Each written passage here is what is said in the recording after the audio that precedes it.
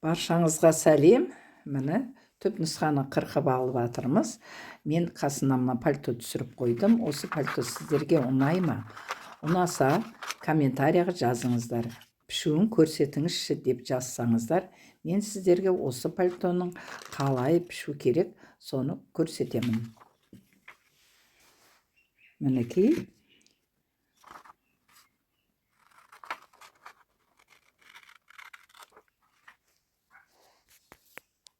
Міне көріп тұрғандарыңыздай мен қырқып алдым.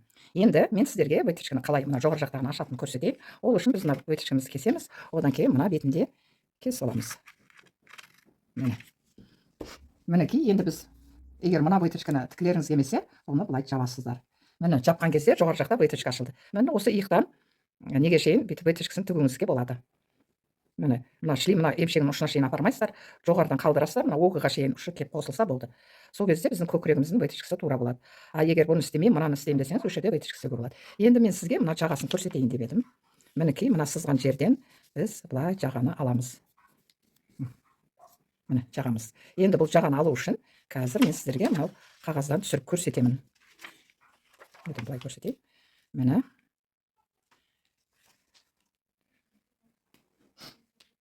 Қазір бізге мынаны былай алуға болады. Міне аламыз. Мына жерге шейін өткізіп, сөйтеміз да бұны мына жаққа сызамыз сөйтіп.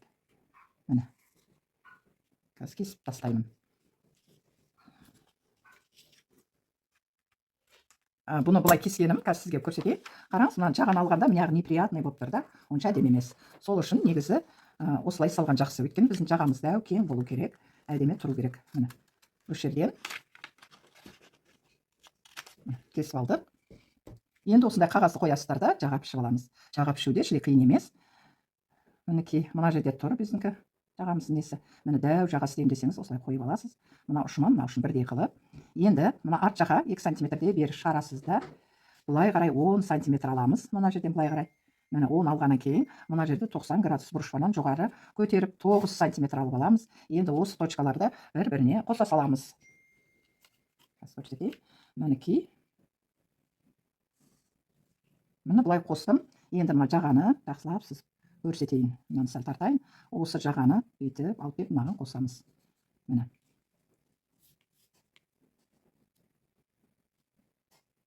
Міне біздің жағамыз осылай болады. Мына жерде сыз қояйын. Апақ болып онша ешнәрсе көрінбей тұр.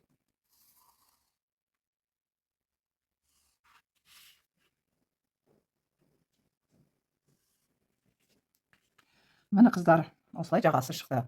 Бұл пальтомыздың несі, фасоны мынандай болады. Әзір мен сіздерге төмен түсіріп былай көрсетейін. Тағы да төменге қойып алайын. Міне бұның фасоны біз мынандай істейміз. Прямо істеуге де болады деп мен енді мына ремен тағады деймін. Мына жерге ремен тақсаңыздар да болады. Ремен тағас, әле байлап қоюыңызға да болады. Міне жағамыз дәу болған жақсы, не құрылып дәу болса сол құрылып. Қазіргі кезде осы жағалар сәнді жаға болып тұр, сондай дәу жағалар. Мінекей. Міне көрдіңіздер, иә? Ол жерде ешқандай выточка салмасаңыз да сырт киім әдемі тұрады. Пішілімі мынандай. Енді қазір мен осы жағаны сіздерге кесіп көрсетемін. Міне қыздар, мына жерде түсініп алсаңыздар болады. Осы жерден мен 10 сантиметр жоғары алдым. Міне былай. Осы екі аралы 10 сантиметр. Сөйтіп мына жағаны қостым яқа. Қазір мен сіздерге кесіп көрсетемін. Алдым. Мінекей.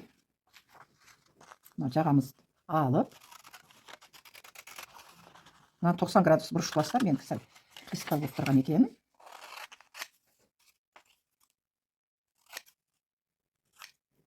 Міне кесіп алдым. Ол жаға осы жерге осылай тігіледі. Ұзындығын бәрін көріп тұрсыз. Міне былай тігіледі. Мынау арт жағына қайтарылатыны. Сонда біздің жағамыз қазір көрсетсем. Міне былай тұрады.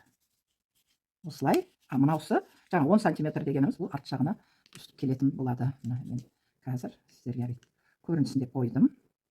Мына жерді бір нәрсемен басын қарап тұрайын. Қазір толып көріп аласыздар. Мінекей, костюм жағамыз мынау арт жағына тігілетіні ортада тігісі болады.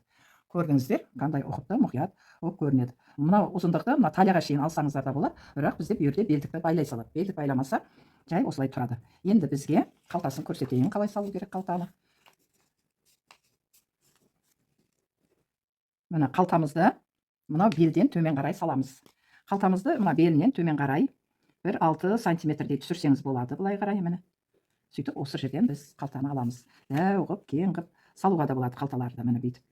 Қазір бұл өте модный қалта болып тұр. Үлкен қып сала беру.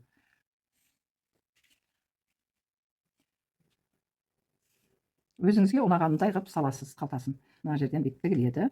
Оның үстінен тігіледі. Міне үстінен бастырып, аккуратно тігіп шығасыздар. Мына шеті осы шопқа кіріп кетеді, тігіске кіріп кетеді. Міне көрсеңіз қандай әдемі, простой ғана. Бұл жерде выточканың мынау жоқ. Мына выточканы да мынаны да тікпесеңіз де болады. Одан кейін мына жағасы. Түсінікті болды деймін, қыздар. Лайк басыңыздар, комментария жазыңыздар, менің YouTube каналыма тіркеліп алсаңыздар, сіздерге керекті көп нәрселер салып қойғамын, сіздерді үйренсіндер. Енді мен арқасын салып көрсетемін. Осы ненің арқасы да тура осылай түпнұсқа пішіледі. Басқа ол жерде еш нәрсе жоқ. Онан кейін жеңі де кәдімгі мен жең үйретіп жатырмын ғой, сондай қылып. Пальтода біреулер ойлайды, пальтоны кеңдеу өлшейді ма деп. Кең өлшеудің де қажеті жоқ. Просто жанынан 1 сантиметр норма 2 сантиметр қосасыз, жең сағанда да сондай. Баса слишком кең керек емес. Основной мына иығы шақ келіп тұру керек. Қазір енді арқасын көрсетейін, мұқият оны қараңыздар. Ол екінші YouTube-ның несіне саламын пальтоның артқы бөлігі деп. Мінекей, бұл алдыңғы бөлігі, енді артқы бөлігін саламыз. Біз осы пальтоның жеңін қалай салуын көрсетемін. Пальтоның жеңі де көйлектің жеңі сияқты кең молдау ала бересіздер. Ол үшін міне біз матамызды алып, екі бүктеп саламыз. Міне, алып алдық. Енді жеңіміздің ұзындығы. Көйлек ана мына тіккенде мен 58 аламын. Қазір мына пальтоға 60 сантиметр ұзындық аламын. Мына яқтан бастап, ол мына жерге келді. Енді осы жерді сызып аламын. Міне, мына жеңнің аузы менде 16 сантиметр аламын. 16 сантиметрім мына жерге келді. Енді біз жеңді мына басынан бастап пішеміз. Ол үшін мына жерден төмен қарай 16 сантиметр алып аламыз. Көйлектерде біз 14 сантиметр алатынбыз. Мына пальтода біз 16 аламыз, өйткені бұл сырт киім. Оны былай қосып аламыз. Енді менде ширина рукава 17 сантиметрге 2 сантиметр қосамыз. Сөйтіп саламыз. Ол мына жерге келді. Міне 2 сантиметр қосып салғанымыз осы жер болды. Енді біз мынаны 3 бұрыш қосып аламыз. Міне. Оның ортасын бөлеміз. Мынаның дәл ортасынан жоғары қарай 2 сантиметр шығарамыз. Міне осы жақтан былай аламыз. Мына жерден 1 сантиметр жетпейтіндей, мынаның дәл ортасынан 1 сантиметр төменге қосамыз. Енді мына точкаларды қосамыз, бүйтіп түзу қылып қосамыз, қыздар. Міне жеңі шықты бізде жоғары жағы. Мына жер 1 сантиметр. Бүйтіп қояйын. Бұл 1 сантиметр түсірдім, төмен қарай, былай қарай. Енді мына 16-ға мына қолтық астындағы тігісімізді қосамыз. Міне қосып алдық. Енді біздікі пальто болғандықтан, мына жақтан біз 2 сантиметрдей запас алып алыңыздар, қыздар. Бұл өйткені біз бұл пальтоның ішінен қалыңдау кофта киюіміз де мүмкін. Міне үстіп алғаннан кейін қайтаруына бүйтіп қиғаш қойып 2 сантиметр, 3 сантиметрдей, ерге жазбайын, 3 сантиметрдей запас аласыз. Бұл қайтаруы жеңнің. Мен тура осылай аламыз. Қазір мен сіздерге бұны 40 көрсетемін. Одан кейін алдын 40 көрсетемін, оны көріп аласыздар. Міне, осы тере-тере сызықпанан мына запасты мен 2 сантиметр алып отырмын, қыздар. Міне мына қара ирекпенен қырқып аламыз. Мұқият сабақты әбден видео сабағымды көріңіздер. Мына жерден 1 сантиметрдей жерден бастағанбыз. Міне алып тастаймын. Енді бүйтіп қарап тұрсаңыз, біз енді мынау нені жеңді ою керекпіз. Міне жеңді ою үшін мына жерден тағы да 1,5 сантиметр, 1,5 төмен түсіреміз, былай қарай. Мынаның қақ ортасынан аламыз да, осы жерден жайлеп плавный бүйтіп алып келеміз. Мен тере-тере сызықпен көрсетіп тұрмын. Міне осылай төмен қарай қосып, мінекей бұл бізде алды болады. Мынау арты. Енді қазір осыны кесіп көрсетемін сіздерге. көрдіңіз, аштық, бір шетін ақ осылай кесеміз. Бұны кескенде міне қарап тұрсаңыз, мына мен тере-тере сызықпаны.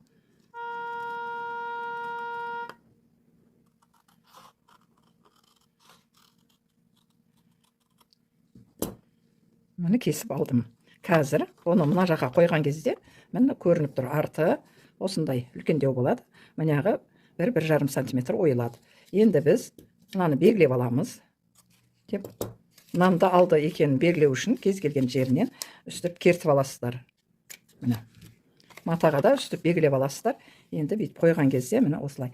Енді біз осы немізді мен сіздерге жеңге қалай түскенін көрсетемін. Міне қараңыз, осы жерден салынады, тігіледі. Міне бүйтіп тігіліп. Міне көрдіңіз ба? Міне қайтадан көріп алыңыздар. Міне мына жерден тақалып тұрса, міне мінекей. Мына жерден где-то 1 сантиметрдей или 2 сантиметрдей артық болады. Ол артықты біз мына жеңді мына жағын тігіп, әдемелеп бүйтіп сборкалауымыз керек. Соған керек. Міне түсінікті болды, иә? Міне осылай жеңін пішесіздер. Алды артын пішіп аласыздар. Міне алды арты. Мына жағынан қояйын. Міне арқасы. Қойайыншы. Міне арқасы. Мынау алды, белдерінің бәрі көрініп тұр. Мынау бізде жеңі. Міне жеңі. Мінекей қыздар, алды, арты, мынау жеңі. Қазір мен подбордты қалай алуын көрсетемін. Міне пальтоның бөлшектері: арқасы, алды, жағы, подборд, жеңі. Міне тура осындай лекал дайындап алып, астарында осыған салып пішесіздер. Бірақ мына подбордты кесіп ап тастайсыздар.